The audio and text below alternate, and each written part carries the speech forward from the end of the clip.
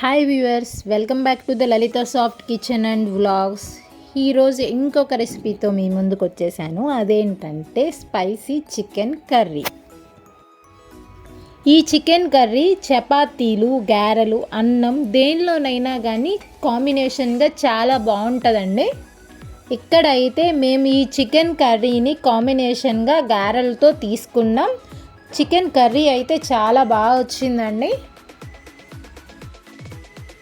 ఇక్కడైతే మేము 1 kg chicken తీసుకున్నామండి. ఇప్పుడైతే ఈ చికెన్ కర్రీకి కావాల్సిన ఇంగ్రీడియంట్స్ ఏంటో చూసేద్దాం. చికెన్కి ఇంగ్రీడియంట్స్ చెప్తాను.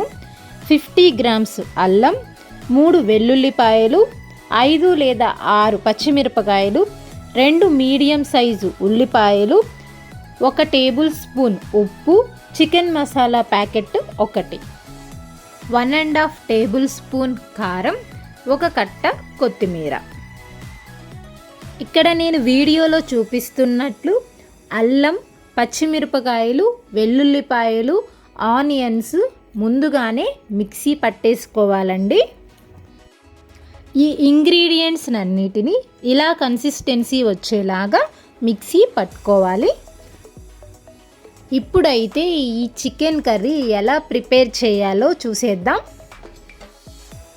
ముందుగా ఒక బౌల్ తీసుకొని దానిలో 2 టేబుల్ స్పూన్ ఆయిల్ యాడ్ చేసుకోవాలండి. ఆయిల్ బాగా వేడెక్కిన తర్వాత మనం ముందుగానే మిక్సీ పట్టి ఉంచుకున్న మిశ్రమాన్ని దీనిలో యాడ్ చేయాలండి. ఈ అల్లం వెల్లుల్లి పేస్ట్ బాగా వేగిన తర్వాత దీనిలో మనం చికెన్ యాడ్ చేసుకోవాలండి.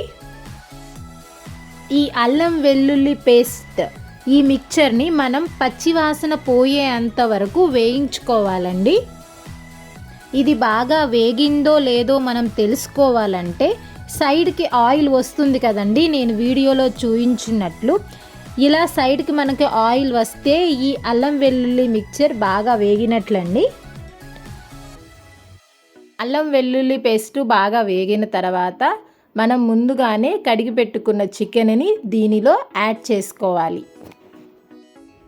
చికెన్ వేసుకున్న 2 నిమిషాల తర్వాత దానిలో 1 టేబుల్ స్పూన్ ఉప్పు, 1 టేబుల్ స్పూన్ పసుపు యాడ్ చేసుకోవాలండి. ఈ పసుపు, ఉప్పు పీసెస్కి బాగా పట్టేంత వరకు బాగా కలుపుకోవాలండి. ఉప్పు, పసుపు వేసి బాగా కలుపుకున్న తర్వాత ఒక 10 నిమిషాలకి పీసెస్ ఉడుకు పడతాయండి. పీసెస్ ఉడుకు పట్టిన తర్వాత దానిలో 1.5 గ్లాస్ వాటరు యాడ్ చేసుకోవాలి.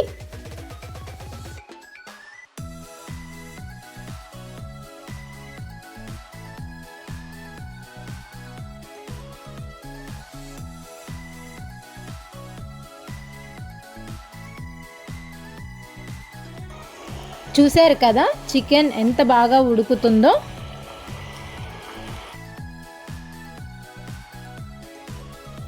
పీసెస్ బాగా ఉడికిన తర్వాత దానిలో 1.5 టేబుల్ స్పూన్ కారం యాడ్ చేసుకోవాలండి.